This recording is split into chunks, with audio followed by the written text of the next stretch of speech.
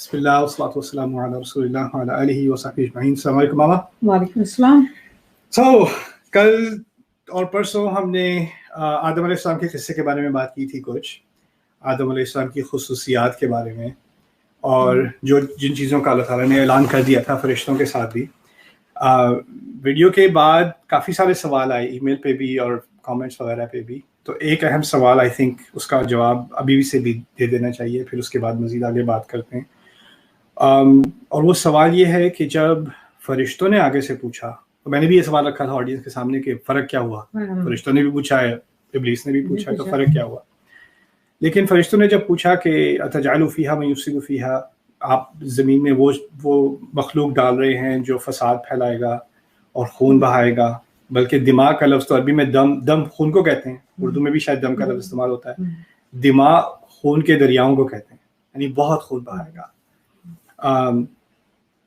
تو وَنَحْنُ نُسَبِّحُ بِحَمْدِكَ وَنُقَدِّسُ لَكَ، تو ایک سوال تو میں نے رکھا تھا کہ فرق کیا ہوا پھر، لیکن دوسرا سوال تھا اللہ تعالیٰ نے کہا کہ میں وہ جانتا ہوں کہ جو تم نہیں جانتے۔ تو لوگوں نے پوچھا کہ فرشتوں کو کہاں سے اندازہ ہوا کہ یہ خون بہائے گا، انہیں کیسے معلوم، ابھی تو بنایا بھی نہیں گیا۔ تو اس بات سے ایک انفرنس، کبھی قرآن میں بات یعنی سیدھے الفاظ میں کہہ دی جاتی ہے، صاف صاف کہہ دی جاتی ہے، کبھی یعنی عربی میں کہتے ہیں غیر مباشر، میننگ انڈائریکٹ طریقے سے بات کہی جاتی ہے۔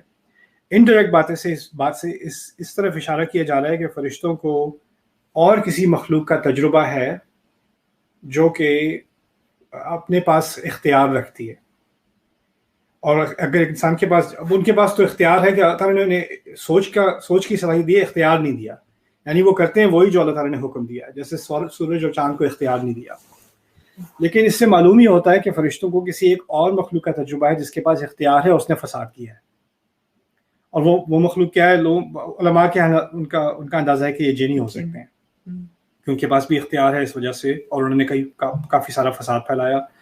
قرآن نے یہ بات بھی واضح کر دی، منا مسلمون و منا دون ذالک و من القاسطون و منا دون ذالک، ہم میں سے ظالم بھی ہیں اور ہم سے صحیح والے بھی ہیں، مسلمان بھی ہیں، جنوں میں بھی مسلمان بھی ہیں، رائٹ۔ لیکن یعنی میجورٹی جو ہے اس نے فساد پھیلایا، تو اب ایک اور مزید مخلوق بنائی جا رہی ہے جو فساد پھیلائے گی۔ انہیں یہ کیسے پتا کہ اس کے پاس چوائس ہوگی؟ پھر اللہ تعالیٰ نے تو بس بتایا تھا، اس آیت میں تو بتایا تھا، وہ دوسری آیت میں سورۃ صاد والی آیت میں کہ میں مٹی سے بنا رہا ہوں، تسویہ دے رہا ہوں، روح ڈالوں گا، چوائس کا ذکر تو نہیں تھا۔ لیکن بقرہ میں یہ بات واضح ہوگی، انہوں نے کہا کہ انی جاعل فی الارض خلیفہ، خلیفہ کا لفظ استعمال ہوتا ہے جسے پیچھے چھوڑ دیا جائے۔ آسان ہم تو اب یہ لفظ استعمال حکمران کے معنی میں بھی کرتے ہیں نا، تو وہ خلیفہ، تو لیکن جو اس کی اصل معنی ہے اس کی طرف پہلے جانا چاہیے۔ تو اس کی چھوٹی سی سمپل سی میں مثال دے دوں، اگر آپ جاتی ہیں کہیں ٹرپ پہ اور آپ مجھے کہتی ہیں گھر کا خیال رکھنا، رائٹ، تو آپ مجھے خلیفہ چھوڑ کے گئی ہیں، مجھے اپنے خلف چھوڑ کے گئی ہیں، خلف پیچھے چھوڑنا، رائٹ۔ تو جس کو پیچھے چھوڑا اس کو ذمہ داری دے دی، اب وہ سنبھالے یا جو بھی کرے، اس پہ اتنا ٹرسٹ کیا جا رہا ہے، اس پہ اتنا بھروسہ کیا جا رہا ہے کہ وہ اپنی ذمہ داری خود سے سنبھال لے گا، اس کو ایک ایک چیز کی انسٹرکشن دینے کی ضرورت نہیں ہے، اسی لیے اس کے ذمہ دے کے آپ اس کو پیچھے چھوڑ گئے، رائٹ۔ اس کو کسی کو ذمہ داری دینا اتنی کہ وہ اپنی چوائسز کرے، اپنے فیصلے کر لے، اس کو خلفیہ کہتے ہیں عربی میں، اور خلافہ کہتے ہیں ایکچولی، خلافہ۔ تو خلافہ کے معنی یہ ہیں، پھر سے مفسرون نے نکالا یخلف بعضہ بعضا، ایک کے بعد دوسرے کو پیچھے چھوڑے گا، یعنی اس کی جنریشنز ہوں گی اس دنیا میں آ کے۔ مقصد یہ ہے کہ اللہ تعالیٰ نے زمین پہ ہمیں ایک ذمہ داری دینی ہے، ہمیں چوائسز دینی ہے، ہمیں فیصلے کرنے ہیں۔ جیسے ہی فرشتوں نے سنا کہ اس کو چوائسز دے دی جائیں گی، اس نے ہتھیار بنانے ہیں ہتھیار بنا لے، چوری کرنی ہے چوری کر لے، ڈاکہ مارنا ہے ڈاکہ ڈال لے، قتل کرنا ہے قتل کر لے، چوائس اس کے پاس ہوگی، اس کو بتا دیں گے کیا کرنا ہے نہیں کرنا، لیکن فیصلہ اس کا ہوگا، رائٹ۔ اس پہ انہوں نے اعتراض کیا کہ یہ کیسے ہو سکتا ہے، ہم نے تو صرف یہی دیکھا ہے کہ جب جیسے ہی اختیار ملتا ہے تو فساد پھیلتا ہے۔ تو نئی بات سمجھ نہیں آئی۔ اس میں ایک آج کی قسط میں میں آپ کو بتانا چاہ رہا تھا کہ یہ بہت ضروری درس ہے ہمارے قرآن کا، اور وہ یہ ہے کہ سوال پوچھنے میں کوئی ممانعت نہیں ہے۔ ہمارے یہاں کبھی ہوتا ہے کہ اگر کسی سے آپ نے سوال پوچھ لیا تو کہیں تم ہوتے کون سوال پوچھنے والے؟ ایون ٹیچرز کہتے ہیں، رائٹ، یا تمہاری کیا حیثیت کہ تم یہ سوال پوچھو گے؟ اب میں کوئی فیصلہ کرتا ہوں، ٹھیک ہے، اور مجھ سے آ کے کوئی میرا بیٹا آ کے کہتا ہے یا کوئی کوئی اور آ کے کہتا ہے کہ آپ نے یہ فیصلہ کیا، کیوں کیا، مجھے سمجھ نہیں آ رہی، یہ چوائس کیوں کیا آپ نے، یہ والا گھر یہاں پہ کیوں خریدا آپ نے اس کالج میں داخلہ کیوں کیا، آپ نے یہ کیوں کیا، یہ کیوں کیا، رائٹ، مجھے سمجھ نہیں آ رہی اس کی تو کیا بنتی ہے. اس سے آپ کو پہلے ہوگا کہ میں شاید افینڈیڈ ہو جاؤں، تم ہوتے کون ہو میرے فیصلے کو کوشچن کرنے والے، اپنی اوقات سمجھو پہلے، رائٹ. اندازہ کریں کہ اللہ کا کیا مقام اور اس کے آگے تمام مخلوق کا کیا مقام. اور اللہ نے بات کر دی کہ میں نے یہ فیصلہ کیا ہے، میں زمین پہ خلیفہ ڈال رہا ہوں، اور فرشتوں سے زیادہ اللہ تعالیٰ کی تقدیس کو ماننے والا، ان کی بڑائی کو ماننے والا اور ہوگا کون. اور انہوں نے جرأت کر کے کیا سوال پوچھ لیا کہ آپ ایسے انسان کو ڈالیں گے لیفسد فیہا، فساد کرے گا، تاکہ کیا اس لیے کہ وہ فساد کرے. اور اس میں لام العاقبہ کہتے ہیں، یعنی فوراً نہ ہو کہ بعد میں جا کر بھی فساد ہی ہونا ہے، ایونچولی اس کی کہانی کا آخر یہی ہونا ہے کہ فساد پھیلے گا. تو ہمیں سمجھ نہیں آ رہی. تو انسانوں میں اگر ہم یہ سوال پوچھتے ہیں تو ہم کہتے ہیں تم ہوتے کون ہو پوچھنے والے، زیادہ پھیلنے کی ضرورت نہیں ہے. فرشتے اللہ سے پوچھ رہے ہیں، اور اللہ تعالیٰ نے ان کو یہ نہیں کہا تم ہوتے کون ہو پوچھنے والے. اللہ تعالیٰ نے پہلی بات یہ کہی انی اعلم ما لا تعلمون، میں بہتر جانتا ہوں وہ چیز جو تم ابھی نہیں جانتے. تمہیں یعنی اس جواب تمہارا سوال ریزنیبل ہے تمہارے تجربے کے اعتبار سے، لیکن اس کی کچھ اور ڈیمینشنز ہیں، کچھ اور پہلو ہیں جس کا تمہیں ابھی علم نہیں ہے. اب اگلی آیت میں ان پہلوؤں سے ان کو متعارف کرایا. تو ایک ٹائم لائن آپ کو میں سمجھانا چاہ رہا ہوں. ٹائم لائن یہ ہے کہ یہ پہلا مکالمہ ہے. پہلے مکالمے میں زمین پہ کوئی ڈالنے والا ہوں، اس کے بعد اختیار ہوگا. ابھی وہ 3 جو خصوصیات تھی نا اس کا بھی ذکر نہیں ہے، ٹھیک ہے. ابھی یہ ہے کہ 3 ابھی میں خلیفہ ڈالنے والا ہوں. اس کے بعد بتایا کہ اس کی تسویہ ہوگی اور اس میں روح ہوگی. ابھی ان کو سمجھ آئی روح کیا چیز ہے، ان کو اس کا علم نہیں ہے ابھی. پھر اللہ تعالیٰ کہتے ہیں اگلی آیت میں بقرہ میں وَعَلَّمَ آدَمَ الْأَسْمَاءَ كُلَّهَا، اللہ تعالیٰ نے آدم علیہ السلام کو تمام نام سکھائے. ثم عرضهم على الملائکہ، یہ ذرا ٹیکنیکل چیز ہے عربی میں. عرضهم اس کو تغلیباً علی غیر العاقل، ٹیکنیکل چیز سے ہٹ کے آسان سی بات کرتے ہیں. اشارہ اس آیت میں اس طرف ہے، عربی سے ظاہر ہے کہ پھر اللہ تعالیٰ نے فرشتوں کے سامنے تمام انسانیت پیش کر دی. یہ نئی بات ہے آج کی. اچھا، تو ابھی آدم علیہ السلام کی بات نہیں ہو رہی، ابھی تمام انسانیت کی بات ہو رہی ہے. تمام انسانیت، رسول صلی اللہ علیہ وسلم کھڑے ہیں، میں کھڑا ہوں، آپ کھڑی ہیں، تمام انسانیت کو ایک دفعہ میں کھڑا کر دیا. تو ہماری ساری ارواح ایک دفعہ میں پریزنٹ کر دی گئی فرشتوں کو. اور اسم کا لفظ اردو میں استعمال ہوتا ہے نام کے لیے، رائٹ. اسم کا لفظ عربی میں اصل میں استعمال ہوتا ہے علامت کے لیے یا ایک خصوصی نشانی کے لیے.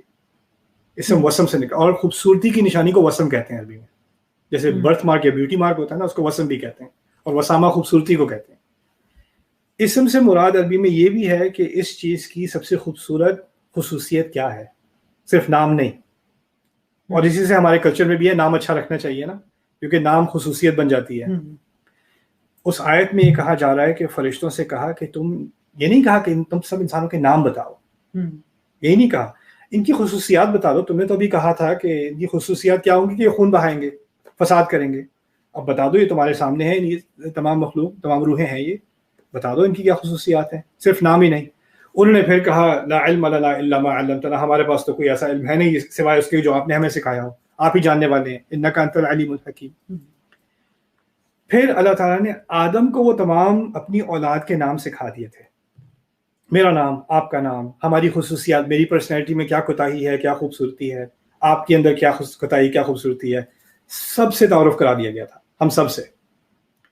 تو آدم علیہ السلام نے پھر ایک ایک کر کے فرشتوں کو اپنی اولاد سے انٹروڈیوس کرایا ہم سے. یہ سین بھی ہو رہا ہے. اور ایک ایک کر کے اس میں محمد رسول اللہ بھی ہیں صلی اللہ علیہ وسلم، ابراہیم علیہ السلام بھی ہیں، ہم جیسے لوگ بھی ہیں، جو نان مسلمز ہوں گے وہ بھی ہیں، سب ہیں. سب کی روحوں سے انٹروڈیوس کرا دیا، سب کی پرسنالٹی سے انٹروڈیوس کرا دیا، سب کی خیر اور شر سے انٹروڈیوس کرا دیا. اور خیر تو ایکچولی اللہ تعالیٰ نے ہر انسان میں ڈالی ہے، تو ہر ایک کی اچھی کوالٹیز کو بھی اللہ تعالیٰ نے انٹروڈیوس کرا دیا آدم علیہ السلام کے ذریعے فرشتوں کو. سو آدم فرشتوں کو سکھا رہے ہیں، ٹھیک ہے. سو فلما انبأهم باسمائهم، پھر اب دیکھ لیں کہ اگر پہلے وہ کہتے تھے کہ فساد پھیلائے گا، کرپٹ ہوگا، بری چوائسز کرے گا، لیکن اب ان کا تعارف ہو گیا ہے محمد رسول اللہ صلی اللہ علیہ وسلم، ابراہیم علیہ السلام سے. صحابہ سے. کتنی عظیم شخصیتیں انسان کی گزر چکی ہیں، جن کا قرآن میں ذکر ہے، جن کا نہیں بھی ذکر. کتنی اچھائی ہے انسانیت میں، آج بھی کتنی اچھائی ہے. ان سب کے ساتھ ان سب کا تعارف کرانے کے بعد اللہ تعالیٰ نے پھر فرشتوں کو کہا، میں تمہیں کہا نہیں تھا کہ میں انی اعلم غیب السماوات والارض، کہ میں زمین آسمان زمین کی اندیکھی چیزوں کو بھی جانتا ہوں. واعلم ما تبدون، اور میں یہ بھی جانتا ہوں کہ تم کیا بات ظاہر کرتے ہو. وما کنتم تکتمون، اور کیا بات تم اپنے اندر چھپائے ہوئے تھے. آج اس چھپائے ہوئے کی طرف آتے ہیں. تو یہ سین تو آپ کو سمجھ آ گیا نا کہ یہ پیشگی کی گئی اور ہمیں سمجھا دیا گیا. اچھا، اب سارے فرشتوں کو پتہ چل گیا کہ کیوں اس چوائس کو کیا گیا تھا، اور یہ چوائس واقعی صحیح تھی. یہاں تک کہ یہ فرشتے بھی مان گئے کہ یہ چوائس غلط نہیں تھی، یا ان کو جو سمجھ بات نہیں آ رہی تھی وہ اب سمجھ میں آ گئی. یہ ڈیمونسٹریشن کے بعد اللہ تعالیٰ نے ایک بہت اشارے سے بات کی، میں یہ بھی جانتا ہوں کہ تم کیا ظاہر کرتے ہو اور کیا چھپاتے ہو. اب فرشتے سوچ رہے ہوں گے ہم کیا چھپاتے ہیں، ہم نے تو ابھی کچھ چھپایا نہیں اپنے رب سے. ہمارے جو آتی ہے، ہمارے اندر جو سوال آتا ہے ہم فوراً ظاہر کر دیتے ہیں. فرشتے تو نیت نہیں چھپاتے.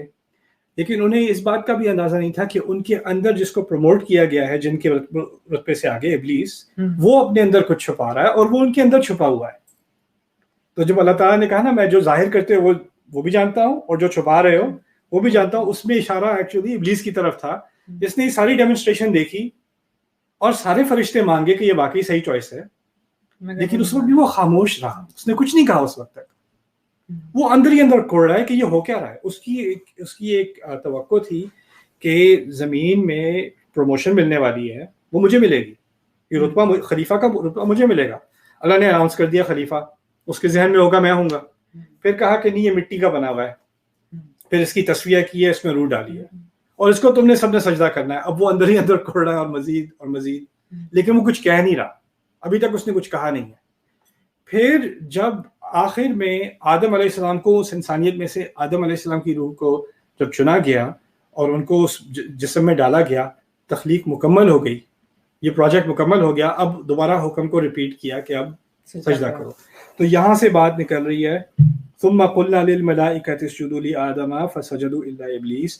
پھر ہم نے فرشتوں سے کہا کہ آدم کو سجدہ کرو، تو تمام نے سجدہ کیا سوائے ابلیس کے. اب ابلیس نے اپنے اصل رنگ دکھائے، اس وقت تک نہیں دکھائے تھے. اور یہ پھر ابلیس کی ہم نے کل ایک خصوصیت ابلیس کی ہم نے نکالی تھی، جو کوالٹی وہ ہم میں ڈالنا چاہتا ہے، وہ یہ کہ حقیقت کے کئی پہلو ہوتے ہیں، لیکن وہ اس حقیقت کا ایک پہلو لے کے باقی سب کو اوائڈ کر کے اپنی رائے پہ اکڑا رہتا ہے. رائٹ. اور یہی انسان کے ساتھ وہ کرتا ہے کہ انسان کو ہر چیز دیکھنے کے بجائے اس کو ایک چیز نظر آ رہی ہے، اس کی بنیاد پہ وہ کہتا ہے نا انصافی ہے، باقی سب سے وہ اپنے آپ کو بلائنڈ کر لیتا ہے کہ میں نے نہیں سننا، مجھے نہیں سننی ہے بکواس، جو ہے وہ ہے.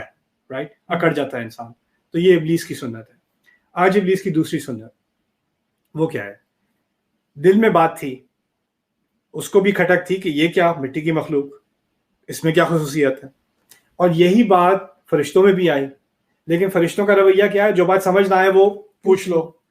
ابلیس کا رویہ کیا ہے؟ جو بات سمجھ نہ آئے، جو بات صحیح نہ لگے، اس کو اندر ہی اندر رکھو، کرتے رہو. وہ اتنی سی چیز ہوگی اس کو اردو میں بات کا بدنگڑ کہتے ہیں. انگلش میں ایک فریز ہے making a mountain out of a molehill, یعنی اتنا چھوٹا سا مٹی کا پہاڑ بنا دو. ہاں، اس ذرے سے پہاڑ بنا دو. اس کے دل کے اندر، اس کی شخصیت کے اندر ایک بڑا پہاڑ بن رہا ہے، اور وہ بڑھتا ہی چلا جا رہا ہے. اور وہ جب پہاڑ اتنا بڑا ہو جاتا ہے نا انسان کی سوچ کے اندر، وہ نیگیٹو چیز، جس طرح ایک کینسر پھیلتا ہے، جس طرح ایک وائرس پھیلتا ہے، جب وہ پھیل جائے انسان کے ذہن کے اندر، تو اس کو اس کے علاوہ کوئی ریالٹی، کوئی حقیقت نظر نہیں آتی. پھر وہ تمام باقی حقیقتوں سے بلائنڈ ہو جاتا ہے. ابلیس اب اس وقت تک اندھا ہو چکا ہے، اس کو اور کچھ نظر ہی نہیں آ رہا. اس نے اپنے اندر ہی اندر یہ بات رکھی، اور اندر رکھ کے اس کو کیوں چوز کیا گیا، اس میں کیا ہے، جواب تو مل چکا ہے، لیکن اپنے ذہن میں اس کا تو کوئی، اس کی کوئی توقع نہیں بنتی ہے، تو مٹی کا بنا ہوا ہے، اس میں کیا ہے، اس میں کیا خاصیت ہے. تو اس نے آگے کھڑا ہو کے جواب، اللہ تعالیٰ نے پوچھا، قال ما منعک الا تسجد اذ امرتک، اس نے کہا، اللہ تعالیٰ نے کہا کس چیز نے تجھے روکا سجدہ کرنے سے، جب میں نے تجھے حکم دیا تھا. اذ امرتک، اور امرتک میں یہ بھی ہے کہ ابھی حکم نہیں دیا، پہلے سے حکم دیا ہوا تھا کہ میں بنانے جا رہا ہوں. قال انا خیر منہ، کہا میں اس سے بہتر ہوں. تو جو مشہور ہے ہمارے ہاں کہ ابلیس کی جو خصوصیت ہے وہ اپنے آپ کو برتر سمجھتا ہے، لیکن برتر سمجھنے سے پہلے کچھ ڈیزیزز ہم نے پہلے ہی بتا دی نا، جن کو بھی سمجھنا ضروری ہے. تو یہ اب ظاہر ہو رہی ہے اس کی ڈیزیز. وہ کیا ہے؟ میں بہتر ہوں، اسے کیوں ملا مجھے کیوں نہیں ملا. اور یہ اصل چیز ہے جو وہ انسان میں بھی انجیکٹ کرنا چاہتا ہے. یہ تیسری چیز ہے. وہ کیا ہے؟ اس کو جاب کیوں ملی مجھے کیوں نہیں ملی. میری بہنیں ہوں گی، میری بڑی بہن کی شادی ہو گئی، چھوٹی بہن کی شادی ہو گئی، میری ان کی کیوں ہوئی، وہ کیوں خوش ہیں، ان کے بچے ہو گئے میرے کیوں نہیں ہوئے. ان کی فیملی میں یہ ہو گیا یہ ہو گیا، ان کے تو بچے گریجویٹ بھی کر گئے، یہ بھی کر گئے وہ بھی کر گئے، ان کو تو امیگریشن بھی مل گئی، ان کے تو پیپرز بھی آ گئے، ان کا یہ ہو گیا، ہمارا کیوں نہیں ہوا. اور انسان اسی سوچ میں اسے کیوں اللہ نے اسے کیوں رحمت دی ہے، اسے کیوں نعمتیں دی ہیں، مجھے کیوں نہیں دی. ان کو کیوں ملا مجھے کیوں نہیں ملا. وہ تو ایسے ہیں ایسے ایسے، ان کو تو وہ تو مستحق ہی نہیں ہے، تو انہیں کیوں مل رہا ہے مجھے کیوں نہیں مل رہا. وہ کیوں ہنس رہے ہیں، وہ کیوں خوش ہیں. یہ جو چیز اس کے اندر ملی ہے اس پہ شاکر نہیں ہوتا نہ، اس کو جلن ہی ہوتی ہے. یہ نہیں کہ مجھے کیا ملا ہے، اس کو تکلیف ہی ہوتی ہے ابلیس کو کہ آدم کو کیوں مل رہا ہے. عجیب بات یہ ہے کہ اللہ تعالیٰ نے ابلیس سے کچھ چھینا ہی نہیں. اس کو تو اونچا مقام دیا ہوا تھا، یہاں تک کہ فرشتوں سے بات ہو رہی ہے اور جن کو بھی انکلوڈ کر دیا، اس کو ہائی کلاسیفائڈ کمپنی میں ڈال دیا. تو اس کا مقصد یہ ہے کہ اس کا جو رزق تھا، اس کو جو ملنا تھا وہ تو ملنا ہی تھا، لیکن اس نے اپنے رزق پہ فوکس کرنے کے بجائے اس کو تکلیف یہ ہو رہی ہے کسی اور کو کیوں مل رہا ہے.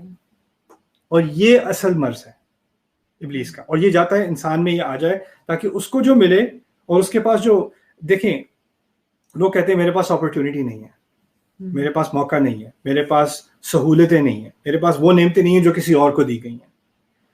بالکل ٹھیک ہے، آپ کو وہ ہائٹ نہیں دی گئی جو کسی اور کو دی گئی، آپ کو وہ رنگت نہیں دی گئی جو کسی اور کو دی گئی، آپ کو وہ ایجوکیشن نہیں دی گئی، وہ فائنینسز نہیں دی گئے، وہ ویلتھی فیملی نہیں دی گئی، آپ کو وہ بیک گراؤنڈ نہیں دیا گیا، آپ کو آپ کی پیدائش اس ماحول میں ہوئی، اس سوسائٹی میں ہوئی، آپ کو کافی ساری چیزیں آپ کو بلاک کر دی ہیں. ٹھیک ہے، ماننے کی بات ہے کہ ہر انسان کو ایکول لائف نہیں دی گئی، ٹھیک ہے. لیکن جو کچھ دیا گیا ہے نا، جو اتنا سا بھی دیا گیا ہے، اللہ تعالیٰ نے وہ جو دیا ہے نا، اس موقع کو آپ ایک دانے سے ایک پورا کھیت بنا سکتے ہیں. اللہ تعالیٰ نے آپ کو موقع دیے ہیں جو جتنا بھی چھوٹا ہو اس سے بڑی چیز اکمپلش ہو سکتی ہے. اب اس کی مثال آپ یہ دیکھیں کہ جب جن انبیاء کو اللہ تعالیٰ نے چنا ہے، جن کا دنیا پہ ابھی تک اثر ہے، ان کے پاس دنیا میں کیا تھا، ان کی زندگی میں ان کے پاس تھا کیا. ابراہیم علیہ السلام کے پاس کون سے موقع ہیں؟ گھر سے نکالے جا رہے ہیں ٹینیج عمر میں، جہاں جا کے سیٹل ہوئے وہاں آگ میں پھینکے جا رہے ہیں. رائٹ، کیا اپرچونیٹیز ہیں ان کے پاس. اللہ تعالیٰ آپ کے پاس کم سے کم موقع بھی ہونا، اس کو اگر آپ پوری طرح یوز کریں گے تو آپ کو نہیں معلوم کہ کون سے برکتوں کے دروازے کھلنے والے ہیں. لیکن انسان کیا کرتا ہے، وہ کمپیریزن میں اپنی زندگی گزار لیتا ہے. اپنے بارے میں تو سوچنا ہی نہیں ہے، اپنے بارے میں سوچنا ہے تو کسی اور کے مقابلے میں سوچنا ہے ہمیشہ ہمیشہ. یہ ابلیس کی ایک لعنت ہے جو اس نے انسان کے اندر ڈالنے کی کوشش کی ہے. تو وہ کہتا ہے انا خیر منہ، میں اس سے بہتر ہوں. کہنے کا مقصد کیا ہے؟ مجھے چننا چاہیے تھا. میں اور سجدہ کرنے کا مقصد کیا ہے؟ سجدہ نہ آدم علیہ السلام کی عبادت تھوڑی کروانی ہے. سجدے کا مقصد ہے کہ اللہ تعالیٰ نے ایک عظیم مخلوق بنائی ہے. اللہ تعالیٰ کی عظمت مانو کہ کیا عظیم چیز اللہ تعالیٰ نے بنائی ہے. جب یہ کہتا ہے کہ میں بہتر ہوں تو وہ کہنا یہ چاہ رہا ہے کہ اللہ تعالیٰ عظیم وہ ہو نہ ہو، میں اس سے زیادہ عظیم ہوں. اگر اس کی اتنی بڑائی ماننی چاہیے تو میں تو اس سے پہلے ڈیزرو کرتا ہوں، میری سینیورٹی بھی ہے. انا خیر منہ خلقتنی من نار وخلقتہ من طین، مجھے آپ نے آگ سے بنایا، اس کو تو بس مٹی سے بنایا ہے. اور یہاں بھی بڑی فلسفی بات ہے، لیکن اس بات پہ اتفاق کرتے ہیں کہ اس نے آدم علیہ السلام کی ڈیفینیشن دی ہے اب اپنی طرف سے. اس کی اپنی طرف سے آدم علیہ السلام کی ڈیفینیشن یہ ہے کہ یہ مٹی کا بنا ہوا ہے. میں نے بار بار یہ بات سب کے سامنے، آپ کے سامنے بھی رکھی تھی کہ ہم 3 چیزوں کے بنے ہوئے ہیں، مٹی، بیلنس اور روح. 3 چیزیں ہمارے اندر. ابلیس کیا چاہتا ہے کہ ہمیں دیکھا جائے کس نظر سے؟ صرف مٹی سے. مٹی سے مراد کیا ہے؟ ہماری ایک جانور ایگزسٹنس ہے، جانور مٹی کے بنے ہوتے ہیں. وہ اب اس کا اس کے دماغ میں ہماری حیثیت اس سے زیادہ ہو ہی نہیں سکتی. اب اس کا مقصد یہ بن گیا، یہ مقاصد ہیں سارے ابلیس کے. جو فیلنگ اس کو آتی ہے وہ ہمیں ڈالنا چاہتا ہے. رائٹ، اندر ہی اندر کوڑتا ہے، وہ چاہتا ہے ہم بھی اندر ہی اندر کوڑیں. اس کے دماغ میں کسی کے خلاف ہے، کچھ کہنا چاہیے، نہیں کہے گا، اندر ہی رکھے گا. پھر جب کسی کی بہتری ہوگی اس کو برا لگے گا, وہ چاہتا ہے ہمیں برا لگے کسی کے ساتھ کوئی اچھا ہو رہا ہے. ہمارے کلچرز میں کیا ہو گیا ہے اب کہ اگر کوئی کامیاب ہونے لگے فیملی میں, محلے میں, ملک میں, کوئی کسی بھی کامیابی پہ پہنچے, گریجویٹ ہو جائے, کسی کی پروموشن ہو جائے, کسی کے کوئی کامیابی آ جائے, تو فوراً تنقید شروع, برائیاں برائیاں برائیاں برائیاں, اور جیسے ہی وہ گرے گا, ناکام ہوگا, پھر اس کی اچھائیاں, پھر ٹھیک ہے اب وہ ہم برابر ہو گئے. دیکھیے ماما, یہ ہوتا ہے نا لائف میں کہ آپ کے پاس دو طریقے ہیں لائف میں ایڈوانس کرنے کے. ایک ہے کہ میں یہاں نیچے ہوں, مجھے محنت کر کے وقت لگا کے اپنی کوتاہیوں کو دیکھ کے ان کو امپروو کرتے کرتے میں بہتری کی طرف آتا ہوں. ٹھیک ہے, اچھا اب میں بہتری کی طرف بڑھ رہا ہوں تو میرا فوکس اپنے اوپر ہے. لیکن اگر میں یہاں نیچے ہوں اور کوئی اور بہتری کی طرف بڑھ رہا ہے تو مجھے لگتا ہے یہ میں تو نیچے رہ گیا یار. اب میرے پاس دو آپشنز ہیں, یا تو میں بھی محنت کروں اور آگے بڑھوں, یا اگر میں نے محنت نہیں کرنی تو میں اپنے کامنٹس کے ذریعے اور اپنے تانوں کے ذریعے اور اپنی جیلسی کے ذریعے اس کو کھینچ کے کسی طرح نیچے لے آؤں, پھر میں دوبارہ برابر لگوں گا, پھر مجھے کمتری کا احساس نہیں ہوگا. رائٹ, تو یہی انسان کی ایک فلسفہ بن جاتا ہے ابلیس کی طرح, کسی طرح اس کو نیچے کھینچ دو. اور مجھے کچھ کرنے کی ضرورت نہیں ہے اپنے آپ کو امپروو کرنے میں, اس کو اپنی اندر کوئی کوتاہی نظر ہی نہیں آتی.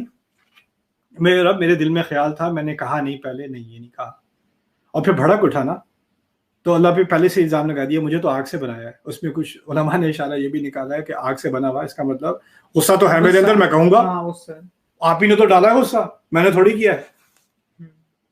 یہ کیا مٹی کی چیز بنا کے میرے سامنے رکھ دی, خلقتہ من طین. تو یہ چیزیں ابلیس کے بارے میں سمجھنے کی ضرورت ہے. کیوں؟ کیونکہ یہ تمام خصوصیات ابلیس کی وہ چاہتا ہے کہ ہمارے اندر آ جائیں, کہ ہم جسٹیفائی کریں اپنے آپ کو. آخری چیز آج کے لیے, کیونکہ آج لمبا ہو گیا, لیکن میں چاہتا ہوں کہ ایک آخری چیز ابلیس کے بارے میں, پھر آگے چلیں گے.